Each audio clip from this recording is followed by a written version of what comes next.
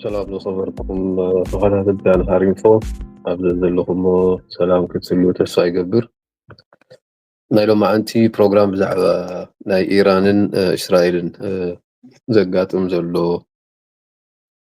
ኩነታት መሰረት ብምግባር ኢና ቁሩብ ወስወስ ክንብል ብዛዕባ እቲ ዘጋጥም ዘሎ ወይ ዝኸይድ ዘሎ ምናልባት ሰሙናት ክቕፅል እዩ ዝበሃል ዘሎ ናይ ፖለቲካ ተንተንቲ ናይ ዓለም ብዛዕባ ይኮንኩን ክዛረብ ሎማዓንቲ ብዛዕባ እቲ ታሪክ ወይ ባክግራውንድ ናይዚ ኩነታት ብፍላይ ናይቲ ኒክለር ፓወር ወይ ናይ ኒክለር ኤነርጂ ዝበሃል ብኸመይ መፅኡ ኣበይ ደረጃ ኣሎ ንምንታይ ስጋኣት ዝኸውን ዘሎ ነቲ ዞባ ንማእኸላይ ምብራቕ ማለት እዩ ኢራን ከ ከም ሃገር እንታይ ዓይነት ፀልዋታት ክህልዋ እያ ትደሊ ዝብል ሓደ ሓደ ሓበሬታ ዝመስል ታሪክ ንድሕሪት ተመሊሰ ሓደ ሓደ ተሓሾ ከብል እየ ማለት እዩ ሎማዓንቲ ድሕሪኡ ኣብ መጨረሻ መልእኽቲ ክህልወና እዩ ማለት እዩ ዳርጋ እንታይ ዝበሃል ዘይሕማም ካረስን ገለ ዝበሃል ኣሎ እዚ ናትና ባህሊ ጎመታት ብዙሕ ይርኢ ኣለኹ እንደገና ብዘይ ኣፍልጦ ቲፎዞ ዝመስል ከምዚ ናይ ኩዕሶ እግሪ ቅድሙን ዝዕዘቦ ነበርኩ ነገራት ኣሎ ድሓር ክተቕሶ እየ ኣብ መጨረሻ እሱ ብዝኾነ ደጊመ ሰላም ክብለኩም ይደሊ ናይ ኣንሃሪንፎ ተኸታተልቲ ግዜ ሕፅረት ስለ ዘለኒ ነይረ ዝመፅእ ዘለኹ ከም ዝፍለጥ ሓደ ሓደ ኣገዳሲ ነገራት ከምዚ ዓይነት ተናገለ ዘድልዮ ከዓ ምናልባት ኣብ ወፃሊ ይህልወኒ ይመስለኒ ኣብ ገለገለ ሜድያ እንተጥዒምና ማለት እዩ ብሰፊሑ ሎሚ ግን እቲ ባክግራውንድ ከብሎ የደሊ ማለት እዩ ኢራን ከም ሃገር ማለት እዩ ገሊኦም ከዓ ዓረብ ሃገር ዝመስሎም ኣሎ ብዙሓት ሰባት ከምኡ ዓይነት ተሓሽሙ ርኤ ብዙሕ ፅሑፋት ብዙሕ ትንተናታት ክርኢ ቀንዴ ዓረባዊት ሃገር ኣይኮነትን ኢራን መጀመርያ ካብኡ ክንጀምር ዓረብ ዝበሃል ይፅላኣ ማለት እዩ ሙስሊም ሃገር ወይ ኢስላሚክ ሪፓብሊክ ተባሂላ ትፅዋዕ እስልምና ካብ ዝብሎ ወይ ዝዝዞ ዳርጋ ሓንቲ ነገር ገይሮም ኣይፈልጡን እዮም እሱ ጥረ ከኣክል ኣብ ቀረባ ግዜ ሃሽሚ ረፍሰንጃኒ ዝበሃል መራሒ ናይቲ ሃገር ዝነበረ ጓሉ ወፅያ ኣብ ሜድያ ማለት እዩ ኣብ ሓደ ኢንተርቪው እንዳገበረት ሰሚዐ እያ ልዕሊ እስራኤል ንሙስሊሚን ንሕና ናቐቲልናዮም ኣብ ሲርያ ይኹን ኣብ የመን ኣብ ሊባኖን ኣብ ኢራቅ ኢላ ምስክርነት ትህብ ነይራ ማለት እዩ እሱ እዩ እቲ ሓቂ ሕጂ ገሊኦም ሙስሊም ናይ ዳርጋ ቲፎዞ ዓይነት እስራኤል ኣብቲ ቃዛ ዝገበረቶ ኢንፋክት ልዕሊ 70 ዓመት ዝገበረ ኩነታት እዩ እዚ ናይ ፍልስጤምን ናይ እስራኤልን ዓለም ብዓለም ትፈልጦ ምንም ክገብሩ ኣይከኣሉን ማለት እዩ ፍትሒ ኣብ ዓለም ከምዘየለ ካብ ህዝቢ ፍልስጢን ተኻትሪ ማለት እዩ ምክንያቱ ኣብ ገዛእ መሬቶም ን70 ዓመት ኣደዳ ቡምባን ኣደዳ ጥይትን ክኸውን ዝተፈረደ ህዝቢ ማለት እዩ ኣብ ገዛእ መሬቱ እዚ ካብ ማንም ዝኸወን ኣይኮነን እስራኤል እንታይ ትገብር ኣላ ናይ ኢዳ ትረኽበሉ መዓልቲ ከዓ ርሑቕ ኣይኮነን ሎሚ ናይ ኢራን ኩነታት ምስቲ ኣብ ናይ ዝሕል ኩናት ማለት እዩ ከም ዝፍለጥ ቅድሚ ምውዳቕ ወይ ምፍራስ ሕብረት ሶቪየት ዝነበረ ናይ ኣሜሪካ ክልተ ደርቢ ወይ ክልተ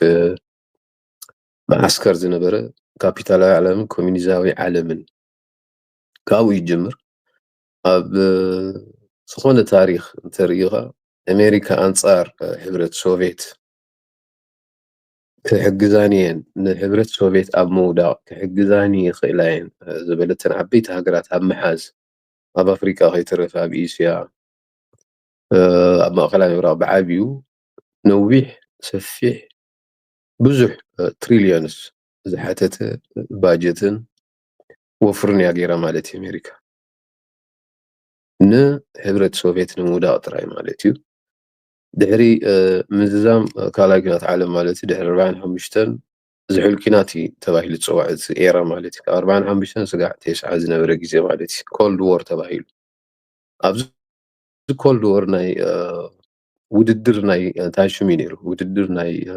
ተስሊሕ ንብሎ ወይ ናይ ኣርም መን ሓይሉ ይወፅእ መን ዝለዓለ ቴክኖሎጂ ናይ ሚሊተሪ ዝለዓለ ቴክኖሎጂ ናይ ኣፅዋር መን ካብ መን ይሓይሽ መን ካብ መን ክቅድም እዩ መን ብቴክኖሎጂ ክምዕብል እዩ መን ክመርሓ እዩ ነዚ ዓለም ኣብ ዝበሃለሉ ውድድር እየን ኣትየን እዘን ክልተ ሃገራት። ስለዚ ሓንቲ ሃገር ንሓንቲ ክትዳኽም ኣብ ነዊሕ ነውፅየን ኣእትዮ ነዚ ዓለም ማለት እዩ። ካብኡ ዝተፈጥረ ኣብ 50ታት ማለት እዩ ገሊአን ምስ ሕብረት ሶቪየት ተፀጊዐን ገሊአን ከዓ ምስ ኣሜሪካ ተፀጊዐን ማለት እዩ። ሕጂ እዚ ናይ ኢራንን ናይ ኣሜሪካን ኩነታት ካብኡ ይጅምር። ከም ኢራንን ኣሜሪካን ፍቅሪ ዝነበረ ኣብቲ ዞባ ኣይነበረን ክበሃል ይከኣል ማለት እዩ። ብፍላይ ምስቲ ምምፃእ ናይ ስርዓት ናይ ሻህ መሐመድ ሪዳ ዝበሃል ዝነበረ ከም ንጉሳዊ ስርዓት ዝተቐመጠ ማለት እዩ።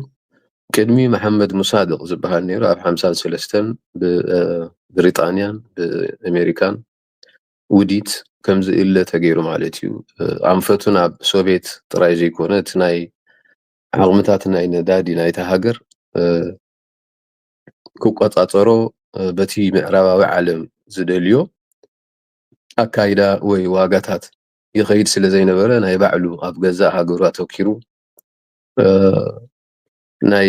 ወፍሪ ናይ ካልእ ምዕባለታት ምስቲ መሓዛ ከዓ ምስቲ ነታ ሃገር ከረብሓ ዝኽእል ከዓ እንዳተማሓዘ ዝኸይድ ነበረ መራሒ ነይሩ መሐመድ ሙሳድቅ ማለት እዩ። ብዕልዋ ከምዚ ኢለ ተገይሩ ድሕሪ መን መፅኡ ሻህ መሐመድ ሪዳ እዚ ንጉስ ማለት እዩ ምስ ኣሜሪካ ማይን ፀባን ካብ ዝነበሩ መራሕቲ እዮም። ምክንያቱ ሕጂ ገሊኦም ብታሪክ ደረጃ ኣሜሪካን ኢራንን ብታሪክ ፀላእቲ ዝመስሉ መብዛሕትኡ ሰብ ዝጌጋ እዩ። ኣብቲ ዞባ ካብ እስራኤል ቀፂልካ ምስ ካብ ግብፂ ንላዕሊ እውን ክበሃል ይከኣል ምስ ኢራን እዩ ዝለዓለ ዝምድና ዝነበረ ኣሜሪካ ማለት እዩ። ምስቲ ስትራቴጂካዊ ኣቀማምጣ ምስቲ ጂኦፖለቲካዊ ረብሓታት ምስቲ ቅርበት ኣብቲ ሕብረት ሶቪየት ዘለዋ ቅርበት ኣብቲ ማእከለን ስለ ዘላ ኣዝያ ተገዲሳ ነይራ ንኣሜሪካ ማለት እዩ። ስለዚ ኣብ 53 ድሕሪ ዕልዋ ምምፃእ እዚ ሻህ ዝበሃል ኣሜሪካ ነቲ ኣብኡ ትምድቦ ዝነበረት ባጀት ድሕሪ ካልኣይ ኩናት ዓለም ዳርጋ ድሕሪ ናይ ኤውሮፓ ሪቢልዲንግ ወይ ዳግማይ ህንፀት ናይ ኤውሮፓ ምክንያቱ ፈሪሳ ነይራ እቲ ባጀት ዳርጋ 50 ሚእታዊት ኣሜሪካ ሸፊናቶ ክበሃል ይከኣል ማለት እዩ። እዚ ካሊእ ታሪክ እዩ ምናልባት ብካልእ ኣርእስቲ ንዛረበሉ ንኸውን። እቲ ዝነበራ ዓቕምታት ከዓ ኣብዚያ ሃገር ዳርጋ ካብ ዘፍሰሳ ሃገራት ሓንቲ እያ። ብኡ መሰረት ስምምዕ ገይረን ማለት እዩ ኣብ 57 ናይ ኒክለራዊ ፀዓት ክህልዋ ኢራን እሞ ከም ኢን ሪተርን ዝብሎ ወይ ከም ፌቨር ዝተገብረልካ ብኸመይ ትምልሶ እንታይ ትፅብቕ ኣብኣ ምስ ሶቪየት ዝኾነ ዓይነት ርክብ ከይህልዋ ከምኡ ጥራይ ዘይኮነ ምስ ሶቪየት ርክብ ዘለዎን ሃገራት ኣብ ምቕንፃል ኣብ ምፅላም ኣብ ምውጋእ ክትዋፈር ፅቡቅ ስምምዓት ነይሮም ማለት እዩ። ኣብ ጣውላ ዝተፈረመ እዩ። ሓደ ካብኡ እዚ ዓብይ ፕሮጀክት ተባሂሉ ዝፍለጥ ናይ ፓወር ኤነርጂ ወይ ናይ ኤነርጂ ናይ ኒክለራዊ ፀዓት ክህልዋ ንሰላማዊ መዓላ ምክንያቱ ሻህ መሐመድ ሪዳ እንታይ ዓይነት ሕልምታት እዩ ነይሩ ወይ ጥሙሕ ኢራን ኢንዱስትሪያዊት ሃገር ክገብራ እዩ ድልየት ነይሩ ማለት እዩ። ብኡ መሰረት ኣሜሪካ ከዓ ምስቲ ዝነበራ ፅቡቅ ዝምድና ኣብ ግዜ ድዋይት ኣይዘንሃወር ዝበሃል መራሒ ዝነበረ ማለት እዩ ብስምምዕነት ደረጃ ብስምምዕ ደረጃ ክሳብ 90% ዝበፅሐ ናይ ኒክለር ፀዓት ትጥቀም ነይራ ሽዑ 90% ተበፂሑ እቲ ናይ ተኽሲብ ዝብሎ ማለት እዩ እዚ ወይ ፕሮሊፈሬሽን ናይ ኒክለር ኣብቲ 90% እንተበፂሑ ቁምቡላ ክኸውን ይኽእል ማለት እዩ ወይ ቦምብ ክምስርት ይኽእል ወይ ቦምብ ክስርሓሉ ዝኽእል ደረጃ እዩ ነይሩ። ስጋዕ እቲ ደረጃ ኣሜሪካ ኣብፂሓታ ማለት እዩ። ስለዚ ሽዑ ምስቲ ዝነበረ ቴክኖሎጂ ምስቲ ዝነበረ ዓቕሚ ናይ ኢራን እውን ነዳዲ ስለ ዘለዋ ጋዝ ስለ ዘለዋ ገሊአን ሃገራት ይፈርሓ ነይረን ማለት እዩ። ኣብዚ ናይ ኒክለር ናብኡ ገፅ እውን ዝምባለታት ስለ ዝነበሮ እቲ መራሒ ሻህ መሓመድ ማለት እዩ ውዕል ይፍፀም ማለት እዩ። ብኡ መሰረት ኣብ 67 ዳግማይ ናይ ኒክለራዊ ፀዓት ንምቁፅፃር ዝግበር ስምምዕ ኣሎ። ናብ ምርባሕ ናብ ካልእ ቡምባን ናብ ካልእ መዓላን ወተሃደራዊ መዓላን ከይውዕል ዝብል ኣህጉራዊ ስምምዓት ኣሎ። ካብ ዝፈረማ ሃገራት እያ ማለት እዩ ኢራን ማለት እዩ። ኣብ 68 to be exact ማለት እዩ። ድሕሪ ኣብ 74 ብወግዒ ይዛረብ ማለት እዩ ብዛዕባ እዚ ኒክለራዊ ፕሮግራም ዝኽብለኩም ፀናሕኹ እቲ መራሒ ናይቲ ሃገር ሓደ መዓልቲ ካብ ሰላማዊ መዓላ ካብ ፀዓት ካብ ናይ ኤሌክትሪክ ካብ ካልእ ኢንዱስትርያላዊት ሃገር ክገብራ ይሓስብ ስለነበራ ካብኡ ሓሊፉ እውን ሓደ መዓልቲ ንቦምብ መመስርሒ ዝኸውን ወይ ንሓደ ንወተሃደራዊ መዓላ ክውዕል ዝብል ባህግታት ነይርዎ ኣብ ሓደ ሜድያ ወፂኡ ተዛሪቡ ማለት እዩ። ድሕሪኡ ኣብ ታርጌት ክኣቱ ጀሚሩ ምክንያቱ ኣሜሪካ ዘለዋ ረብሓ ናብ እንታይ ዝበሃል ባክፋየር ይብሎ ማለት እዩ። ነቲ ፅቡቅ ዝሓሰበቶ ናብ ተገልቢጡ ናብኣ ከይመፅእ ብፍላይ ኣብ እስራኤል ዝግበር ምንቅስቃስ ንእስራኤል ቀጥታ ክጎድኣ ይኽእል እዩ ካብ ዝብል ብፍላይ ናይ CIA ታሽሙ ኤጀንትስ ነዚ ዓብይ ሻቁለት ፈጢሩሎም ማለት እዩ። ብኡ ከቢድ ሻቁለታት እዩ ነይሩ እቲ ናይ ኣሜሪካ ምምሕዳራት ብዝኾነ ኣብኡ ብኡ መጠን ቁሩብ ኣብቲ ናይ ቪየትናም ኩናት ተቢላ ስለዝነበረት ኣሜሪካ ብሙሉእ ዓቕማ ብሙሉእ ወተሃደራዊ ዓቕማ ዳርጋ ብግፋይ ነይሩ ናብ እቲ ኩናት ምኻድ ናይ ቪየትናም ቁሩብ ኣብኡ ቢዚ ኮይና ስለዝነበረት ብዝኾነ ዝኩሉ ዝነበረ ምሕዝነት ዝኩሉ ዝነበረ በብቁሩብ ክተንሸራተት ጀሚራ ማለት እዩ። ስለዚ ምቁፅፃር ክግበራሉ ናብ ዝለዓለ ደረጃ ከይበፅሕ ተባሂሉ ብዙሕ ፍርሒ ነይሩ ስጋኣት ነይሩ ብዓለም ደረጃ ገንዘብ ስለ ዝነበራ ኢራን ማለት እዩ ዝተረፈ ቴክኖሎጂ ደግማይ ካብ ጀርመንን ፍራንሳን ገዚኣቶ ማለት እዩ እቲ ናይ ኒክለር ቴክኖሎጂ ብኡ እንዳኸደት ኣብ 80ታት ከዓ ብቀፃልነት ብሓገዝ ናይ ሩስያን ቻይናን ስጋዕ ፓኪስታን ማለት እዩ እውን ብሕቡእ ኣጀንዳታት ብሕቡእ ነቲ ጥሙሕ ዝነበራ ከተካይዶ ትደሊ ነይራ። ቅድሚ 80ታት ግን ቅድሚ ኣብ 80ታት ምእታው ኣብ 79 ዓብይ ክስተት ኣጋጢሙ ኣብ ኢራን ማለት እዩ። ነዚ ኩሉ ዝዕንቅፅ ነዚ ኩሉ ሓደጋ ነቲ ሃገር ጥራይ ዘይኮነ ነቲ ዞባ ሓደጋ ዝኸውን ክስተት ኣጋጢሙ ኣብ 79 ማለት እዩ። እቲ ዘጋጠመ ናይ ሳውራ ኢራን ይለዓል ማለት እዩ። ኣያቱላ ኹመይኒ ዝበሃል መራሒ ኣብ ስልጣን ይመፅእ። እዚ ናይ ሻህ ስርዓት ንጉሳዊ ስርዓት ስለ ዝነበረ ይፈርስ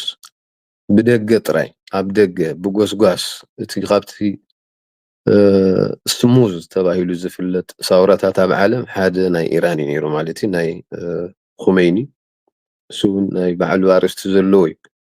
ግን ካብ ዓራቅ ኣብ ዓራቅ ነይሩ ኣብ ዓራቅ ብዝንታኻ ትብሎ ካሴት ማለት እዩ እንዳመለ ጥረ ጎስጓስ ዝገብር ነይሩ ህዝቡ ካብ ደገ ኮይኑ ኣንፃር እቲ ስርዓት ክለዓል ምክንያቱ ምስ እስላማዊ ተግባር ዘይከይድ መሪሕነት እዩ እቲ ካልእ ዝግበር ኦፕን ሶሳይቲ ገይሮ ማለት እዩ። እስላማዊ ኣካይዳ እስላማዊ ትምህርቲ እስላማዊ ኣገባብን ስርዓትን ዘይኽተል ንጉስ ስለ ዝነበረ እዚ ክኢሉ ኣለዎ ዝብል ብውሽጢ ነዊሕ ዓመታት ዝጎስጎሰ ከም ተቃዋሚ ሓይሊ ኣብ ደገ ዝነበረ ካብ ዓራቅ ድሕሪኡ ምስቲ ናይ ሰዳም ዘጋጠመ ፍሕፍሕ ንፍራንሳ ከይዱ ካብ ፍራንሳ ከዓ እቲ ቀፃሊ እንታሽሙ እንዳገበረ ጎስጓስ እንዳገበረ ብካሴት ቀዲሑ ይሰደሎም ነቲ ሃገር ሰብ ተሓቢኣ ትሰምዕ ብኡ ቅስቀሳ ጀሚሩ ማለት እዩ ናይቲ ሳውራ ናይ ኢራን ነዚ ሻህ ክውድቕ ዝኽኣለ ስርዓት ማለት እዩ ድሕሪ ምስ ኣሜሪካ ተፋቲሖም ማለት እዩ። ኣሜሪካ ትድግፎ ዘላ ነዚ ስርዓት ናይ ሻህ ኣሜሪካ ኣብዚ መከራ ናይ ህዝብና ፀገም ናይ ህዝብና ዘናውሐቶ ዝብል ቂም ስለ ዝተላዕለ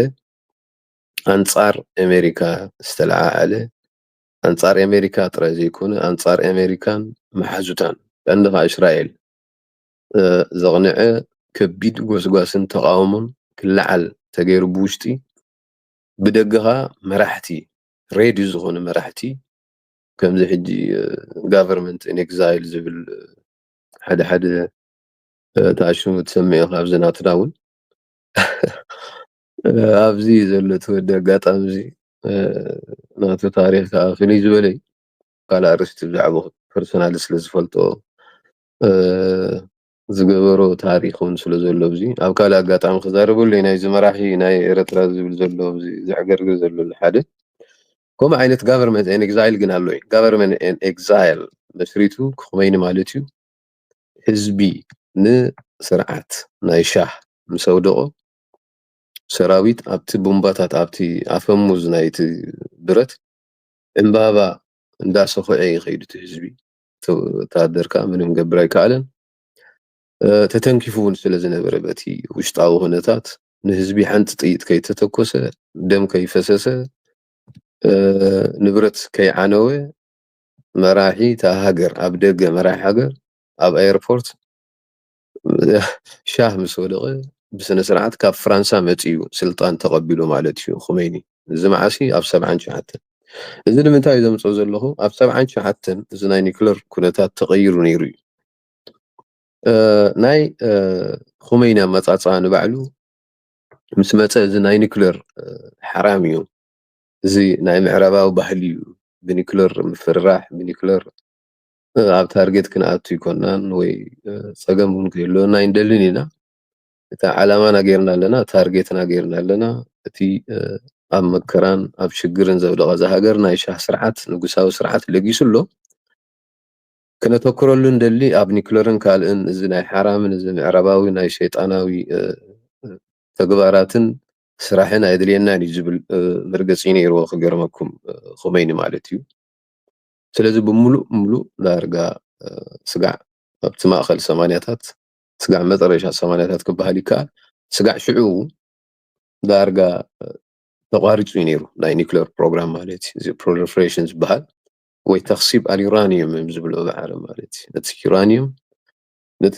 ሕጂ ፐርሰንትታት ኣሎ ኣብ 60% እያ ሕጂ በፂሓ ዘላ ኢራን ማለት እዩ ባይ ዘ ወይ 9% በፂሕካ ግን ቁምቡላ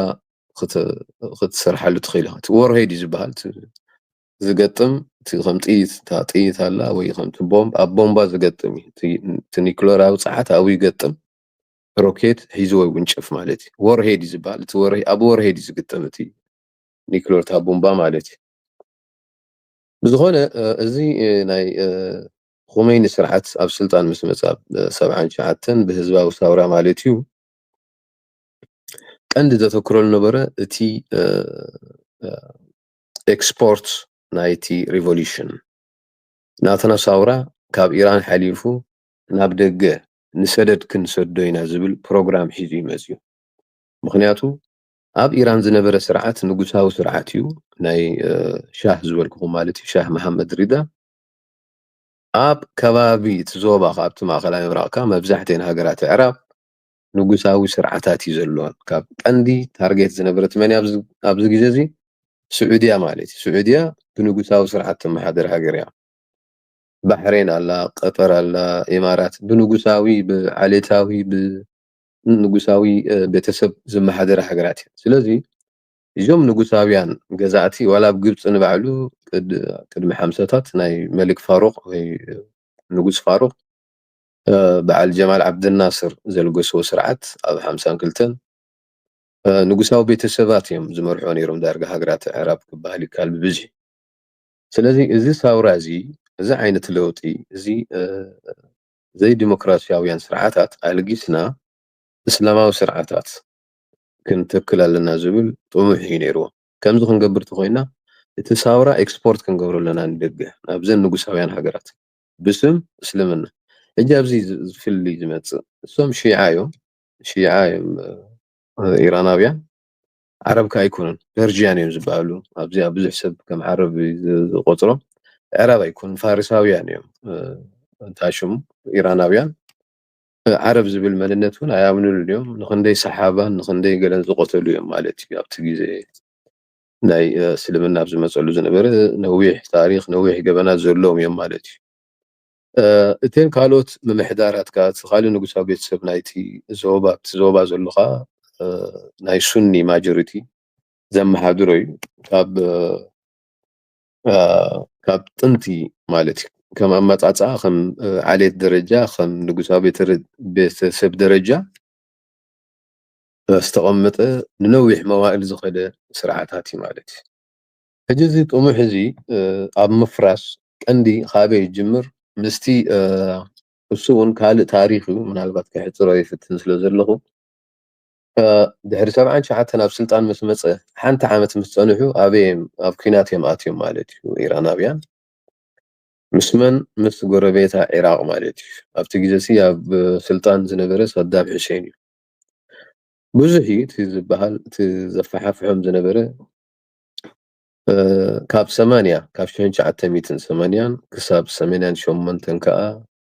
ደማዊ ኩናት ገጢሙ ማለት እዩ ን8 ዓመት ተዳምየን ማለት እዩ ኢራቅ ኣብ ትሕቲ ሰዳም ሑሴን ኢራን ከዓ ኣብ ትሕቲ ኹመይኒ ካብዚ ይጅምር አንተ እንታይ ኢለኩም ነይረ ኣዋዲቖሞ ነይሮም እዚ እስላማዊ ስርዓት ኢስላሚክ ሪፓብሊክ እስላማዊ ሪቮሉሽን ምስ መፀ ነቲ ንጉሳዊ ቤተሰብ ኣውዲቑ ናብ ስልጣን ምስ መፀ ኣዋዲቑዎ ነይሩ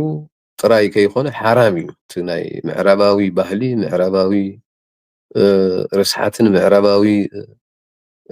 ሕማም እዩ እዚ ኒክለር ዶ ገሌልካ ታሽሙ ኢሉ ኣዋዲቑዎ ነይሩ ኢለኩም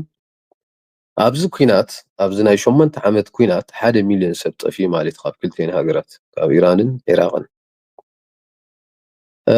ቀንዲ ዝተጎደአት ከዓ ኢራን እያ ነይራ ተዓዋቲ የለን ኣብ ኩናት ኢንፋክት ክልቲአን ተጎዲአን ብቁጠባ ተጎዲያ ኣብዚ ኩናት ከዓ ዘምፅኦ ዘለኹ ከዓ እግረ መንገደይ ነቲ ተዓዛቢ ክሊር ዝኾነ ሓበሬታ ክህልዎ መታ ኣብዚ ናይ ኢራቅን ኢራንን ዝነበረ ኩናት ሃገራት ዕራብ ብምልአን ንሰዳም እየን ዝድግፋ ነይረን እቲ ምክንያት ኣቐዲመ የጠቕሰልኩም ነይረ እቲ ሳውራ ናብ ስልጣን ዘምፅኦ ሳውራ ናይ ኹሜኒ ካብ ኢራን ወፃኢ ኤክስፖርት ክንገብሮ ኢና ንሰደድ ልኢኽና ኩለን ዘን ንጉሳውያን ቤተሰብ ክንዕንወን ኢና ዝብል ጥሙሓት ምስ ማዕበለ ኩለን ኣብ ታርጌት ኣትየን ማለት ቀንዲ ስዑድያ ቀንዲ ታርጌት ዝኾነትሉ መራሒት ናይቲ ሙስሊማዊ ዓለም እያ ወይ እስላማዊ ዓለም መራሒት ክልተ ቅዱሳን ቦታታት ኣብ ዓለም ካብ ዘለዋ መካን መዲናን ዝሓቆፈት ሃገር እያ ስለዚ ዓባይ ታርጌት ነይራ ማለት እዩ ስለዚ ስዑድያ ካልኦት ብዙሕ ሃገራት ዕራብ ኩዌት እውን ሓዊስካ ምስ ሰዳም ወጊነን ጥራይ ዘይኮነ ብቢልዮን ዝኣክል ወታደራውን ሎጂስቲካውን ሓገዝ ገይሮምሉ ንሰዳም ማለት እዩ ንመን ንኸዳኸመሎም ንኢራን እዚ ናይ 8 ዓመት ኩናት ከም ዝበልኩም ልዕሊ 1 ሚልዮን ሰብ ይጠፍዩ ኢራን ብዙሕ ሓገዝ ኣይነበራን ምስ ኣሜሪካ ድሕሪ ሻህ ምኻዱ ድሕሪ እቲ ዘውድቕዎ ስርዓት ምስ ኣሜሪካ ተበታቲኸ እቲ ዲፕሎማስያዊ ኩሉ ተበቲኹ ምክንያቱ ኣብኡ ዝረሳዕኽዋ ኣብቲ ናይ ሓደ ናይ ሆስቴጅ ሲቹዌሽን ኣጋጢሙ ነይሩ ስጋ 444 ዘይተጋገየ መዓልታት ዓመትን ገለን ፀንሐ ናይ ሆስቴጅ ሲቹዌሽን ነይሩ እቶም ሳውራውያን ኣብ ኤምባሲ ናይ ኣሜሪካ ኣትዮም እዚኦም እዮም ኣሜሪካውያን እዚኦም ኩፋር ነዚ ስርዓት ዝድግፍዎን ዘቀባጥሩሉን ዝነበሩ ኢሎም ዳርጋ ክንደይ ሰብ ሒዞም ኣብኡ ተጎዲኡ ዕንወት ወሪድዎ እቲ ኤምባሲ ኣብቲ ግዜ እቲ ጂሚ ካርተር እዩ ነይሩ ፕሬዚደንት ናይ ኣሜሪካ ብኔጎሽዬሽን ብዝርርባት ገለገለ ነይሩ ኣልሚም እሱ ከዓ ናይ ካልእ ታሪክ ስለ ዘሎ ብዝኾነ እቲ ዲፕሎማስያዊ ርክብ ጠቕላላይ ተበቲኹ ነይሩ ስለዚ ኣሜሪካ ኣብ ማዕዶ ኮይና ኩሉ ቀራርምታ ስጋዕ ዝርአ እንዳሰሓቐት እያ ትሪኦ ነይራ ሃገራት ዕራብ ጥራይ ዘይኮነ ኣሜሪካ እውን ክገርመኩም ድሓር እቲ ናብ ፅልእ ዝተቐይረ ኣብ መንጎ ኢራቅን ኣሜሪካን ዝነበረ ኩነታት ዲፈንስ ሴክሬተሪ ዝነበረ ወይ ሚኒስትሪ ምክልኻል ዝነበረ ዶናልድ ራምስፊልድ ዝበሃል ብኣካል ከይዱ ንሰዳም ኣብ ጎንኻ ኣለና ኣጅኻ ነዚኦም ሳውራውያን ናይ ልኹመይኒ ስርዓት ክሳብ ዝቐጥቀጥካ ምሳኻ ኣለና ዝብል እውን ብኣካል ንሰዳም ሕሴን ከይዱ ዝረኸበሉ ኩነታት እዩ ነይሩ ማለት እዩ። ናይ ኣሜሪካ ከዓ ድሓር ናብ ሽግር ዝተቐየረ ድሕሪ ምውራር ናይ ኩዌት እዩ ማለት እዩ። ኣብ ትሽዓታት መጀመርያ ትሽዓታት ማለት እዩ። ሕጂ ኢራን ናብ ኢራን ክመልሰኩም እዚ ኩናት ዓርኪ ከም ዘይብላ ምስ ኣሜሪካ ተባቲኻ ዓርኪ ከም ዘይብላ ወገን ከም ዘይብላ ደጋፊ ከም ዘይብላ ተረጋግፅ። ኣብዚ ኩናት ኩሎም ኣንጻራ ተላዒሎም እዞም ዝብለኩም ሃገራት ዕራብካ ምስ ኢራቅ ኣለና ኢሎም ጥራይ ዘይኮነ ገንዘብ እውን መዓት ቢልዮንስ ድሓር እውን ቀንዲቲ ዘሰሓሕቦም ምስ ኢራቅ ማለት እዩ ምስ ኢራቅን ኩዌትን ማለት እዩ ኣብቲ ኩናት ክኣቱ ዳርጋ ከይዱ ክወር ዝገበሮ ሰዳም ነዊሕ ናይ ነዳድን ናይ ካልእ ቁጠባዊ ተሓሽሙ እዩ። ምናልባት ኣብ ካልእ ኣርእስቲ ክንዛረበሉ ኢና። ኢራን ጥርሓ ንበይና ከም ዘላ ምስ ፈለጠት ናብዚ ናይ ኒክለራዊ ፕሮግራም ትምለስ ማለት እዩ። እዚ ሓራም ገለመለ ዝብሎ ነበሩ እምበኣር ንሕና ተደፊርና ጥራይ ዘይኮንና ተቐጥቂጥና ኢና ወፂና ካብዚ ኩናት 8 ዓመት ዳርጋ ዲኖም እዮም ጠሊዖም ኣብቲ ኩናት። ምክንያቱ ሓገዝ ኣይነበሮምን ብዙሕ ዓቕሚ የለን ናይ ቀደም ናይ ተረፍ መረፍ ናይቲ ስርዓት ዝነበረ ብረትን ታንክታትን ገለን እዩ። ሰዳም ግን ኣብቲ ዞባ ዝለዓለ ወተሃደራዊ ዓቕሚ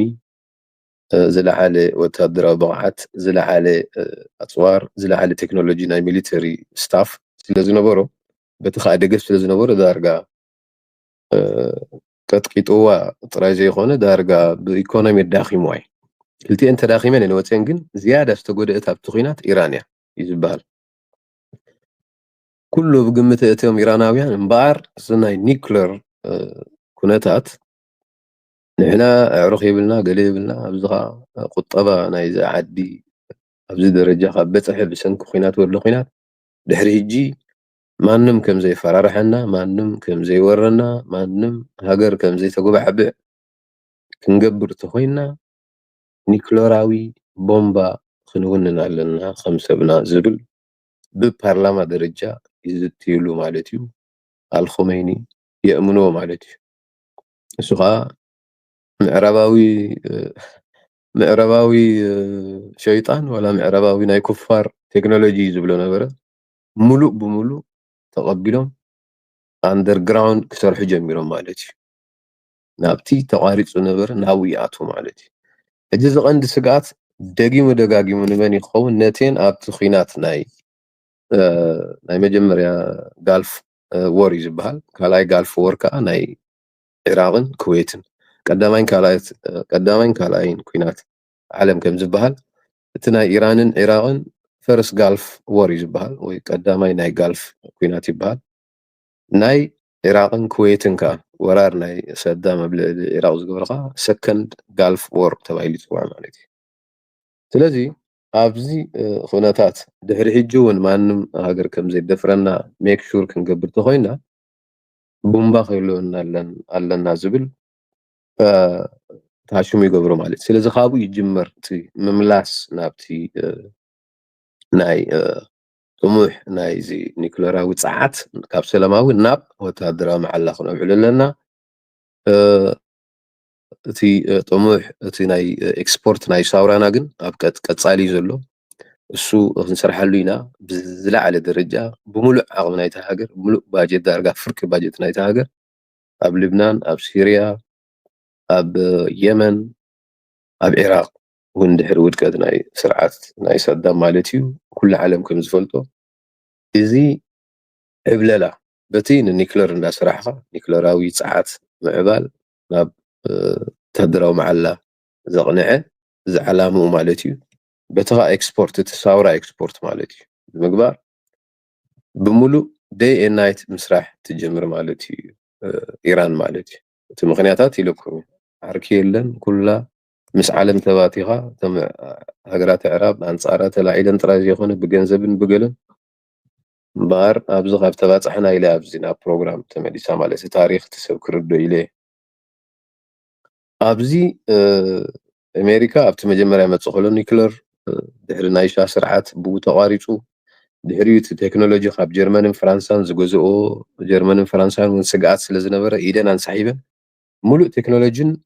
እዞም ተመራመርትን ከዓ ሳይንቲስትስ ነይሮማ እዮም ግን ሬዲ ዝኾኑ ማለት እዩ ነዚ ታሽሙ ግን እቲ ናይ ዩራኒየም ናብ ምምዕባል ግን ቁሩብ ናይ ቴክኖሎጂ ሓገዝ የድልዮም ስለ ዝነበረ ኣብዚአን ሰለስተ ሃገራት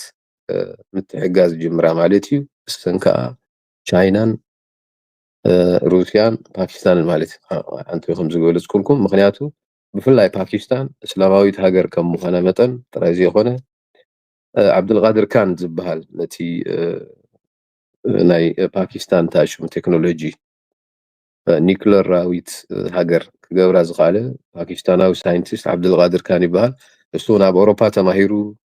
ናቱ ከዓ ብጣዕሚ ዘገርም ታሪክ እዩ ብጣዕሚ ዘገርም ጥራይ ዘይኮነስ ቋንቋ ማዕረ ክንደይ ረብሓ ከም ዘለዎ ንሕና እግረ መንገዲ ኣብዚኣ ቋንቋ ኣብ ዝኸድካዮ ቋንቋ ምምሃር ዓብይ ረብሓ እዩ ዘለዎ ከም ሃገር ነቲ ሃገር ማለት እዩ ሓደ ዜጋ ተሰዲዱ ቋንቋ ፎሬን ላንጉጅ ምምሃር ተመሊሱ ነቲ ሃገር ኣብ መዓላ ክውዕል ይኽእል እዩ ብሰንኪ ቋንቋ ምኽኣሉ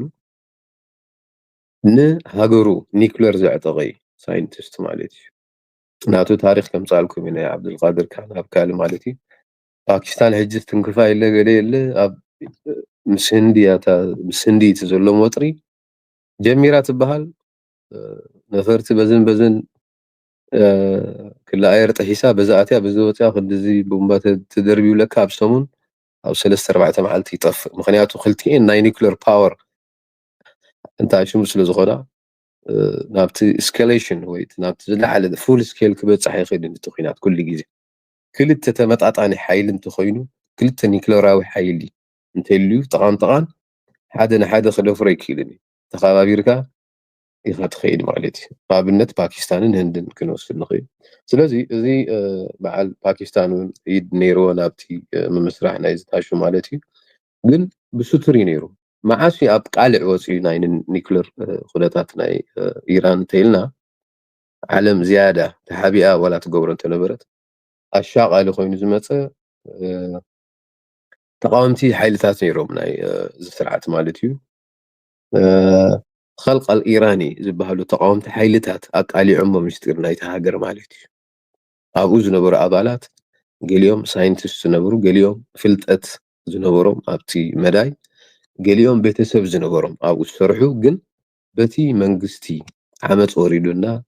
ካብ ናይ ሻህ ዝገደደ ስርዓት መፂና ኢሎም ዝተቀየሙ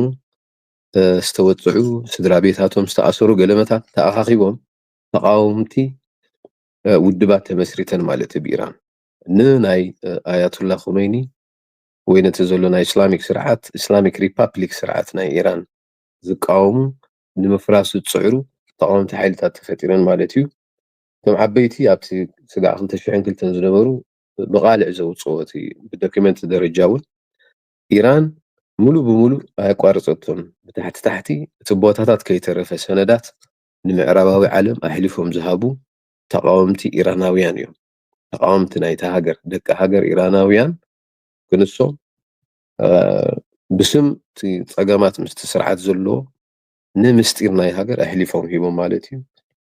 خلق ኢራኒ ዝበሃሉ ተቃወምቲ ሓይልታት እዮም ድሕሪ 2003 ሙሉእ ብሙሉእ ኣብ ታርጌት ኣትያ ኣህጉራዊ ውድብ ናይ ፀዓት ዝበሃላሉ ነዚ ኒውክለራዊ ኩነታት ዝርኢ ማለት እዩ ናይ ዩናይትድ ኔሽን ኣካል እዩ ናይ ዩናይትድ ኔሽን ባዲ እዩ ስለዚ ንዑ እውን ብፋይል ደረጃ ብመፅናዕቲ ደረጃ ብኢንቨስቲጌሽን ደረጃ ክበፅሕ ኣብ ሙሉእ ታርጌት ምስ ኣተወት ብኸመይም ዘዳኽሙኻ ምዕራባውያን ብሳንክሽን ከበድቲ ሰፍ ዘይብል ሳንክሽን ኣውሪዶምላ ማለት እዩ ንኢራን በዚ ምክንያት ይኹን ዳ እምበር ብማርኬት ብብላክ ማርኬት ነቲ ዘለዋ ፀጋታት ናይ ነዳዲ ፀጋታት ብዙሕ ናይ ነዳዲ ፀጋታት ኣለዋ ናብ ቻይናን ናብ ራሽያን ናብ ካልእ ደቀቕቲ ሃገራት ናይ ፍንጭልጫል ናይቲ ሶቪየት ዝነበራ ብኮንትሮባንዳ ገለመታት ብብላክ ማርኬት እያ ትሸይጥ ነይራ ማለት እዩ ስለዚ ከምቲ ዝድለ ክትስጉም ኣይከኣለትን ቁጠባ ናይቲ ሃገራን ቆልቂሉ እቲ ህዝቢ ኣብ ፀበባ ኣትዩ ካልእ ቁጠባዊ ፀገማት ካልእ እቲ ናይ ምስቲ restrictions ናይቲ መንግስትታት ብዙሕ ክላሽ ነይሩ ውሽጢ ግን ከቢድ ስርዓት ስለ ዝኾነ ዘዝመፀ ምንቅስቓስ ወይ ናይ ተቃውሞ እንዳጥፍእዎ እዮም መፂኦም ማለት እዩ ከይተበገሰ ከቢድ ናይ ስልያ መሓውር ስለ ዝነበሮም ማለት እዩ እዚ እቲ ታሪክ ናይ ታሽሙ ክብለኩም ይደሊ ማለት እዩ ናይ ኢራን ናይ ኒክለራዊ ፀዓት ናይ ኒክለራዊ ኩነታት ማለት እዩ ኣብ ካልኣይ ክፋል ሕጂ በዚሓ ስለ ዘላ ክንደይ በፂሕና ኣለና 30 ገለ ሚኒት ጌርና ኣለና ኣብ ካልኣይ ክፋልካ እዚ ኩነታት ናይዚ ንምንታይ እዩ እስራኤል ካብ ኢራን ትፈርሕ ኢራን ከ ካብ ንምንታይ ካብ እስራኤል ትፈርሕ